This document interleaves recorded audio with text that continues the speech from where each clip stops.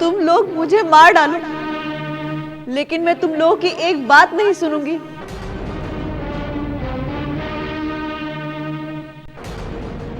तुम लोग इस बिचारी को क्यों सता रही हो? अरे मूर्खो, ये तुम लोग क्या कर रहे हो? क्या हुआ त्रिजटा माता? हम तो महाराज रावण की आज्ञा का पालन कर रहे थे। अरे पुत्रियों, मैंने कल रात को एक भयानक और डरावना सपना देखा है। इतना डरावना कि बताते हुए भी डर लग रहा है। मेरा मन अत्यंत विचलित हो रहा है और उसके स्मरण मात्र से मेरा रोम रोम कांप रहा है। ऐसा कौन सा सपना आपने देखा है माता? मैंने देखा एक वानर समुद्र लांघकर लंका पर पहुंच गया है और पूरी लंका को जला डाला है।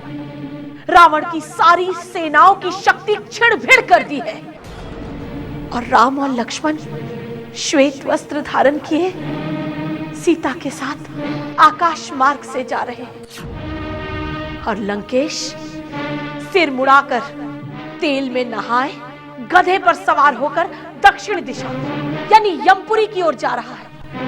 उसकी 20 भुजाएं कटी हुई है। लंका का राजा मानो श्री रामचंद्र जी ने विभीषण को बना दिया है। पूरे नगर में श्री रामचंद्र जी की जय जयकार हो रही है पुत्रियों, जय जयकार। और मेरा अनुभव कहता है कि प्रातः काल का सपना अवश्य सच होता है। मुझे डर लग रहा है। मुझे लगता है कि यह सपना कुछ ही दिनों में सच होने वाला है। कल्पना करो कि लंका पर विजय प्राप्त करने के बाद जब श्री रामचंद्र जी सीता से तुम सबका हाल पूछेंगे तब तुम्हारी क्या दुर्दशा होगी। लेकिन इसमें हमारा कोई दोष नहीं। हम तो अपने महाराज की आज्ञा का पालन कर रहे थे। तुम सबका कल्याण इसी में है पुत्री कि तुम इनकी सेवा करो, इनसे क्षमा मांग लो। हमें क्षमा कर दो देवी। हम तो अपने महाराज की आज्ञा का पालन कर रहे थे। हमें क्षमा कर दो देवी। मुझे किसी पर क्रोध नहीं आता माँ। अब तुम सब जाओ, इन्हें सताना छोड़ दो।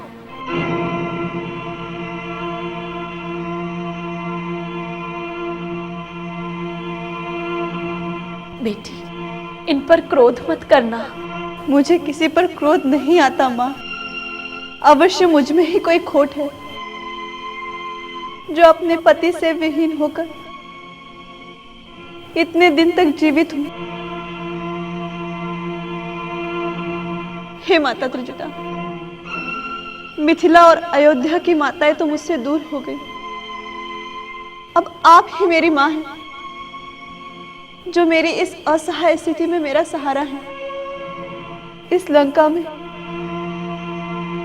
आपके अतिरिक्त मेरा और कोई हितैषी नहीं है। मैं आज आपसे एक अंतिम प्रार्थना करना चाहती हूँ माँ। क्या बात है पुत्री? हे माता, इस दुराचारी रावण के शूल समान शब्दों को अब सुनने का मुझ में सामर्थ्य नहीं। बेटी, बेटी चिंता मत कर। शीघ्र ही तेरे सारे दुखों का निवारण हो जाएगा और तू इस बंधन से मुक्त होकर अपने प्रभु के दर्शन कर सकेगी पुत्री। मेरा कहाँ ऐसा भाग जो प्राणनाथ के दर्शन कर सकूं। आप जल्द ही ऐसा कोई उपाय कीजिए जिससे मैं अपने शरीर का त्याग कर सकूं। कुछ लकड़ियां लाकर मेरे लिए चिता बना दें और उसमें आग लगा दें। मैं अब जीवित नहीं रहना चाहती माँ। हे माता, अगर मेरे प्रति आपका प्रेम सत्य है तो मेरी इतनी सी सहायता कर दीजिए। हे विदे कुमारी, मेरी ऐसी परीक्षा मत लो। इस समय मैं अग्नि और लकड़ी कहां से लेकर आऊंगी? इस वाटिका से मैं चाहे तो कुछ लकड़ियां इकट्ठी कर भी लूं, लेकिन इस रात्रि की वेला में अग्नि कहां से लाऊंगी? आर्य नारी हो, आर्य नारी इस तरह अपने धैर्य नहीं खोया करती। ईश्वर पर भरोसा रखो। इस चिता में जलकर केवल तुम्हारी शरीर को शांति मिलेगी, लेकिन तुम्हारी आत्मा वो तो हमेशा प्रभु के वियोग में भटकती रहेगी। इससे सच्ची शांति नहीं मिलती। सच्ची शांति के लिए भोलेनाथ की प्रार्थना करो, क्योंकि वो दुखों को नहीं, दुखों के कारणों का नष्ट करती है। और भोलेनाथ की कृपा से शायद तुम्हारे प्रभु श्री राम स्वयं यहाँ आ जाए। कैसे आएंगे माता? उन्हें कौन बताएगा कि मैं कहाँ हूँ? इतना निश्चित है कि अगर उन्हें पता होता कि मैं लंका में हूँ तो वो लंका की ईंट से ईंट बजा देते। उनके पराक्रम के सामने तीनों लोकों में कोई नहीं है। मुझे ऐसा कोई उपाय दिखाई नहीं देता कि मैं उन्हें इतनी सी सूचना दे सकूं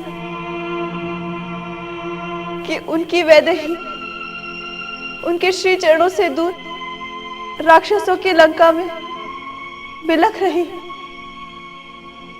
जैसे निराशाओं के आंधियों के बीच